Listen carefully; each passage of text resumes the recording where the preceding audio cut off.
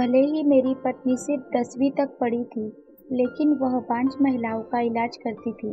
और हैरानी की बात यह थी कि उसके पास जो भी 5 महिलाएं आती थी, वो गर्भवती हो जाती थी। एक दिन जब मैं बुर्का पहनकर क्लिनिक गया, तो सामने का नज़ारा देखकर मेरे पैरों तले जमीन खिसक गई। मेरी वजह से मेरी पत्नी को यह सब करना पड़ता था। ये उस समय की बात है, जब हमारी आर्थिक स्थिति अच्छी नहीं थी। हमने कई दिन परेशानी में बिताए। इस वजह से मेरी पत्नी को एक विचार आया और उसने हमारे घर की छत पर एक क्लिनिक शुरू किया, जहां वह 5 महिलाओं का इलाज करती थी। शुरुआत में बिना किसी प्रतिक्रिया के 1 साल में केवल 2 महिलाएं उसके पास आई और आश्चर्यजनक रूप से वे दोनों गर्भवती हो गई। फिर धीरे धीरे उधर आने वाली महिलाएं गर्भवती होने लगी। क्लिनिक का विस्तार हुआ, प्रसिद्धि दूर दूर तक फैल गई और अब उसके पास भीड़ जमा होने लगी। मेरी पत्नी हर दिन छत पर उन महिलाओं का इलाज करती थी जिन्हें बांझ होने की बीमारी थी, और मैं नीचे काउंटर पर काम करता था। मेरी पत्नी बदले में मुझे अच्छा भुगतान करती थी। एक दिन एक महिला का पति उसके साथ आया हुआ था। बहुत देर बाद भी उसकी पत्नी नीचे नहीं आई, तो उसका पति ऊपर जाने की जिद करने लगा। मैंने उससे कहा कि भाई, तुम्हारी पत्नी के साथ और भी महिलाएं हैं, इसलिए मैं तुम्हें ऊपर नहीं जाने दे सकता। मेरी पत्नी भी मुझे कभी ऊपर नहीं जाने देती। वह मेरी बात पर चुप रहा। थोड़ी देर बाद वो बुर्का पहनी महिलाएं आई और ऊपर क्लिनिक में चली गई। 2 घंटे बाद उस आदमी की पत्नी नीचे आई। उनके पीछे 2 बुर्का पहनकर आई हुई महिला भी चली गई और मेरी पत्नी समृद्धि भी क्लिनिक से नीचे आ गई। चेहरे से नकाब हटा दिया और हाथ के दस्ताने पास के कूड़ेदान में फेंक दिए। उसके चेहरे पर भी खुशी के भाव थे। आखिरकार मैंने उससे एक सवाल पूछने की हिम्मत की कि समृद्धि इन महिलाओं के साथ कैसा व्यवहार करती हो, जबकि वह इतनी पढ़ी लिखी नहीं है। कई 5 महिलाओं की जिंदगी टूटने से बच गई है, लेकिन मेरे सवाल का जवाब अभी तक नहीं मिला। मैं चुप बैठा रहा, न जाने वह कौन सा राज मुझसे छुपा रही थी। आखिर में उसका पति था, उसे वह राज पहले मुझे बताना चाहिए था। मैं अपने बिजनेस पर बिल्कुल भी ध्यान नहीं देता था, लेकिन धीरे धीरे उसकी प्रसिद्धि दूर दूर तक फैल गई। शुरुआत में केवल 1 या 2 महिलाएं उसके पास आई, लेकिन आजकल कई महिलाएं उसके पास इलाज के लिए आने लगी। अभी ये क्लिनिक उसे संभालने के लिए बहुत ही मुश्किल हो रहा था, इसलिए उसने नीचे का काउंटर खोला और उनकी मदद के लिए मैंने उस काउंटर पर बैठना शुरू कर दिया। मैं उस काउंटर पर बैठता था और औरतों का और उसके पति का ब्लड सैंपल कलेक्ट करता था। उनका इलाज 3 से 4 घंटे तक चलता था। मैं हर बार समृद्धि से एक ही सवाल पूछता था कि तुम महिलाओं के साथ क्या करती हो, लेकिन समृद्धि हर बार मेरे सवाल का जवाब देने से बचती रही। मुझे समृद्धि के क्लिनिक में जाने पर पूरी तरह से प्रतिबंध लगा दिया गया था, लेकिन जब क्लिनिक में मरीज नहीं रहते तो भी मुझे उसकी क्लिनिक में जाने की इजाज़त नहीं थी। मैं अपने पत्नी से ज़्यादा कुछ नहीं पूछ सकता, क्योंकि मैं खुद कई सालों से बेरोजगार था और मेरा घर उसकी कमाई से चल रहा था। शुरुआत में 2 वक्त भी रोटी जुटाना भी मुश्किल था। बहस करने से वो अपने मायके चली जाती थी। आखिरकार उसने खुद ही कुछ करने का फैसला किया और वह मुझसे कहा कि मैं छत पर बने कमरे में एक क्लिनिक बनाना चाहती हूँ। मैं हंस रहा था। मैंने उससे कहा कि क्या आप एक डॉक्टर हैं? आप केवल 10वीं पास है, फिर आप क्लिनिक कैसे बना सकते हैं? यदि तो उसने मुझसे कहा, मत करो, आखिर एक बेरोजगार पति से क्या ही अपेक्षा कर सकती हूँ, इसलिए कड़ी मेहनत करनी पड़ती है। यह ताना सुनकर मुझे बहुत गुस्सा आया और मैं मुंह सिकोड़कर वहां से चला गया। आखिरकार उसने बिना किसी मदद से छत पर बने कमरे को क्लिनिक में बदल दिया। मैंने उसका मजाक उड़ाया, लेकिन वह अपनी बात पर पक्की थी। उसने अपने मेहनत के दम पर इतना बड़ा साम्राज्य खड़ा कर लिया। मैं यह जानने की कोशिश करता था कि वह क्या व्यवहार करती है, लेकिन फिर मैंने सोचा कि आखिर वह जो करती है अपने घर और बच्चों के लिए करती है। मेरे माता पिता के गुजरे कई साल हो गए थे। मेरी छोटी बहन का नाम मंदा था, लेकिन शादी के 10 साल बाद भी उसे कोई संतान नहीं थी। इसलिए उसका पति और ससुराल वाले उसका पति दूसरी शादी कर लेगा यह धमकी देते रहते थे, क्योंकि 10 साल तक उसे कोई बच्चा नहीं हुआ था।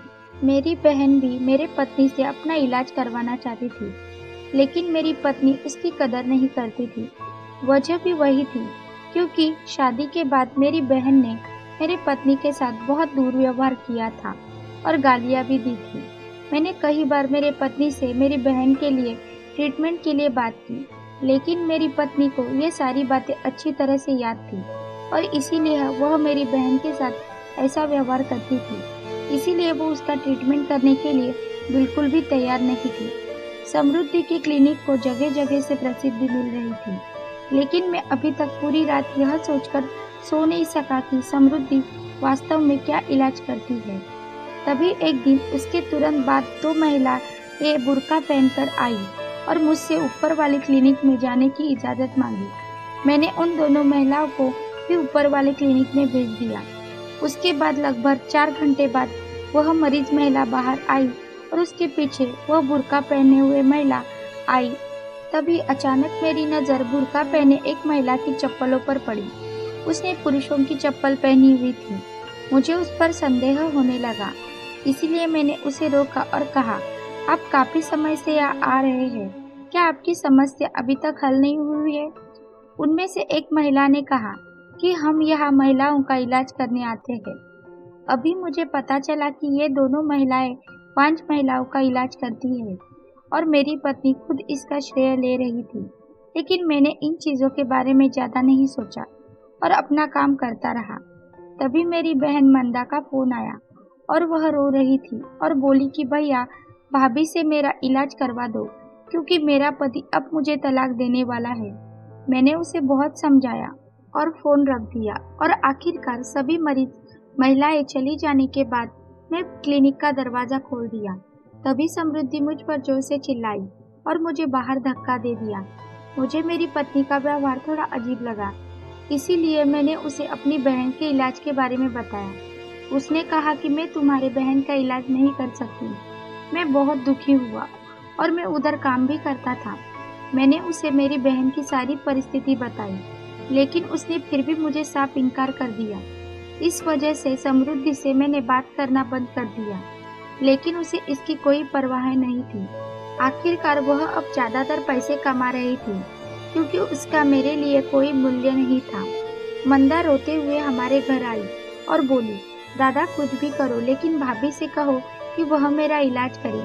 आज मेरे पति ने घर से बाहर निकाल दिया है और जल्दी वह तलाक भी देने वाला है। मैं मंदा यह सब बातें मेरी पत्नी समृद्धि भी सुन रही थी, लेकिन उसका मन पत्थर का बना हुआ था। इस शादी से पहले मैंने तुम्हारे साथ जो किया उसके लिए मुझे खेद है, लेकिन केवल तुम ही हो उसकी जिंदगी बर्बाद होने से बचा सकती हो। समृद्धि ने कहा, अगर उसके पति को दूसरी शादी करनी है तो उसको करने दो, मुझे क्या करना है, लेकिन मैं उनका इलाज नहीं कर सकती। मैं और मेरी बहन समृद्धि को देखकर आश्चर्यचकित हो गए। समृद्धि ने घर वालों की मदद करनी चाहिए थी। मंदा ने मुझसे कहा कि भाभी ने मेरा इलाज क्यों नहीं किया। मैं भी यह जानना चाहती हूँ, लेकिन मुझे कोई रास्ता नहीं मिल रहा है। मंदा ने मुझसे कहा, भैया कुछ तो गड़बड़ है, इसीलिए भाभी ने मेरा इलाज करने से मना कर दिया। भैया कानूनी दिमाग लगाकर सोचो, वास्तव में भाभी मेरा इलाज नहीं कर सकती है। वह आपको धमकी दे रही है। उसने आपकी आंखों पर पैसों की पट्टी बांध दी है। जब से मैं यहाँ आई हूँ, मैं हर दिन 2 बुर्खा वाली महिलाओं को देख रही हूँ। उनमें से एक महिला आदमी की तरह लगती है और आप ब्लड सैंपल लेने में व्यस्त रहते हो, इसलिए आप नहीं देख पाते हो।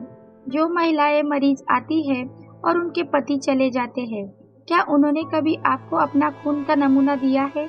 इसका मतलब है कि आपकी पत्नी बहुत बड़ा खेल खेल रही है। मुझे वही बात बताई गई जिसका मुझे शुरू से ही संदेह था। मैंने मंदा से कहा कि कल अगर कोई महिला इलाज के लिए आएगी तो हम बुर्का पहनकर ऊपर क्लिनिक में जाते हैं और देखते हैं कि वहाँ क्या हो रहा है। अगली सुबह जब एक महिला अपने पति के साथ इलाज के लिए आई तो मैंने उस महिला को क्लिनिक में भेजा और उसके पति को लिटा दिया। मैं जल्द से घर गया और मंदा को बुला लिया। क्लिनिक पर हम दोनों बुर्का पहनकर गए। इलाज के लिए आई महिला चुपचाप बैठी थी। हम दोनों अंदर चले गए तब समृद्धि ने सोचा कि हम वही 2 बुर्का पहने वाली महिला है। उसने हमसे कहा कि यह अच्छा है कि आप जल्दी आ गए। इस महिला का नाम ले लो। इस महिला का ब्लड ग्रुप ए पॉजिटिव है। इनको भी ए पॉजिटिव का बच्चा लाकर दे दो। मैं और मेरी बहन देखते रह गए। मेरी बहन ने चेहरा सिकोड़ लिया। समृद्धि हमें देखकर चौंक गई।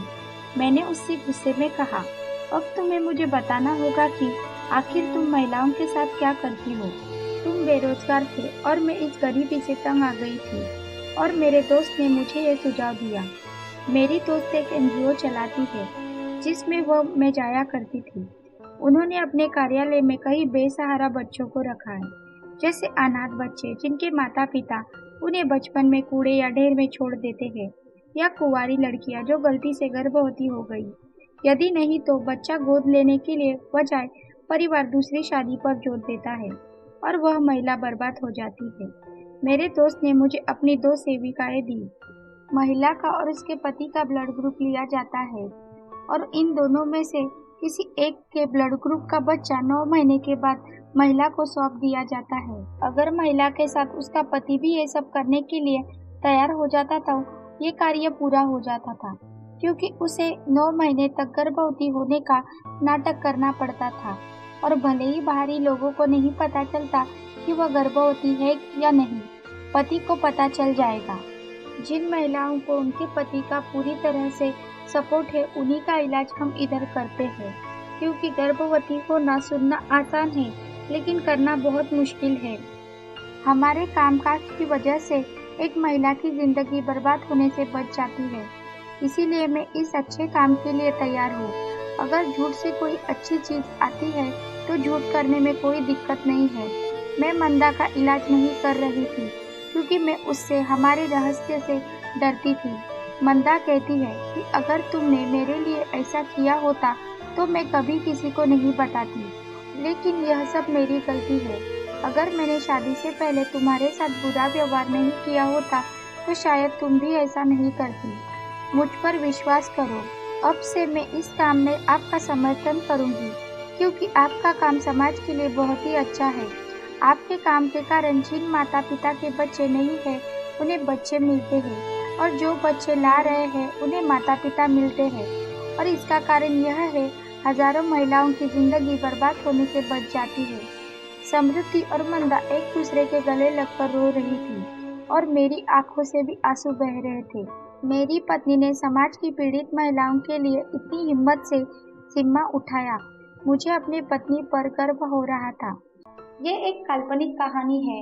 इसका आपके जिंदगी में होने वाले किसी भी चीज से कोई ताल्लुक नहीं है। आप सभी को यह कहानी कैसी लगी कमेंट करके हमें जरूर बताएं। कहानी अच्छी लगी हो तो चैनल को प्लीज जरूर सब्सक्राइब करें और बेल आइकन पर क्लिक करें ताकि अगला वीडियो तुरंत आपके पास आ जाए। धन्यवाद।